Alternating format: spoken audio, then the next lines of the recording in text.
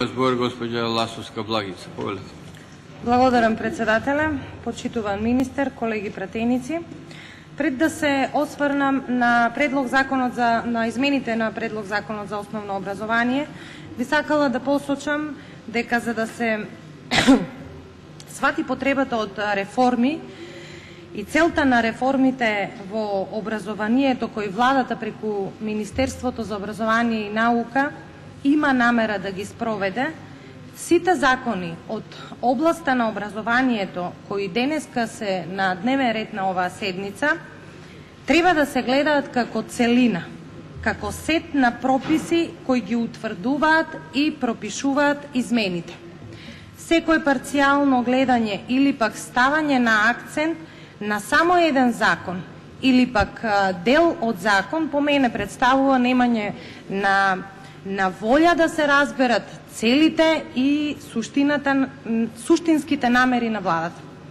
Прецизното детектирање на слабостите и нудење на конкретни решенија за надминување на истите, стимулативните мерки за учениците, наставниците, лиценците за директорите и наставниците, измените во високото образование, подигнување на критериуми за упис и вршење на самата професија наставник, формирање на академија за наставници се според мене предлози за поздравување. Секако дека не може да се створат идеални услови и да се предложат совршени законски решенија. Секогаш има простор за доработка, простор за конструктивна дебата и предлог. Но нихилистичкиот пристап амблок според мене негирање на се заради дневно политички цели.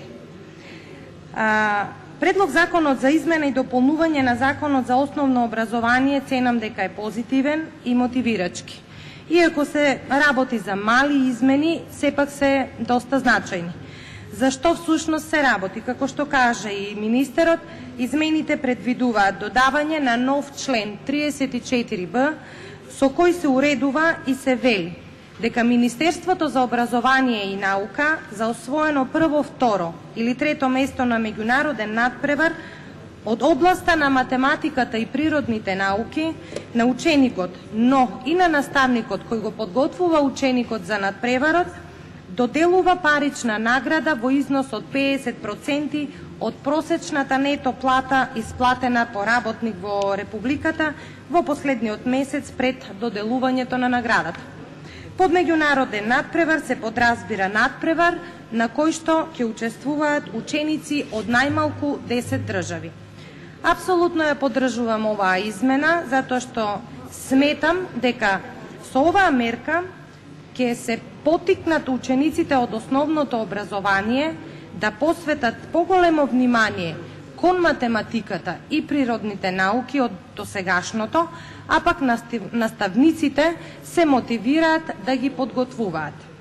Во изминатите години јавноста е сведок дека на факултетите за природни науки се помалку има интерес за упис и овие факултети не ги пополнуваат квотите за упис. Математиката според анализите е предмет со најслаби резултати и отпор кон истата.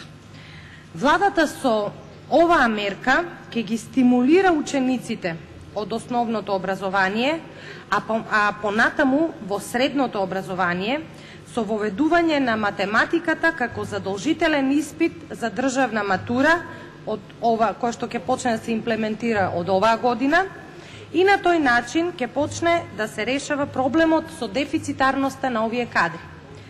Оваа мерка не значи привилегирање на одредени предмети.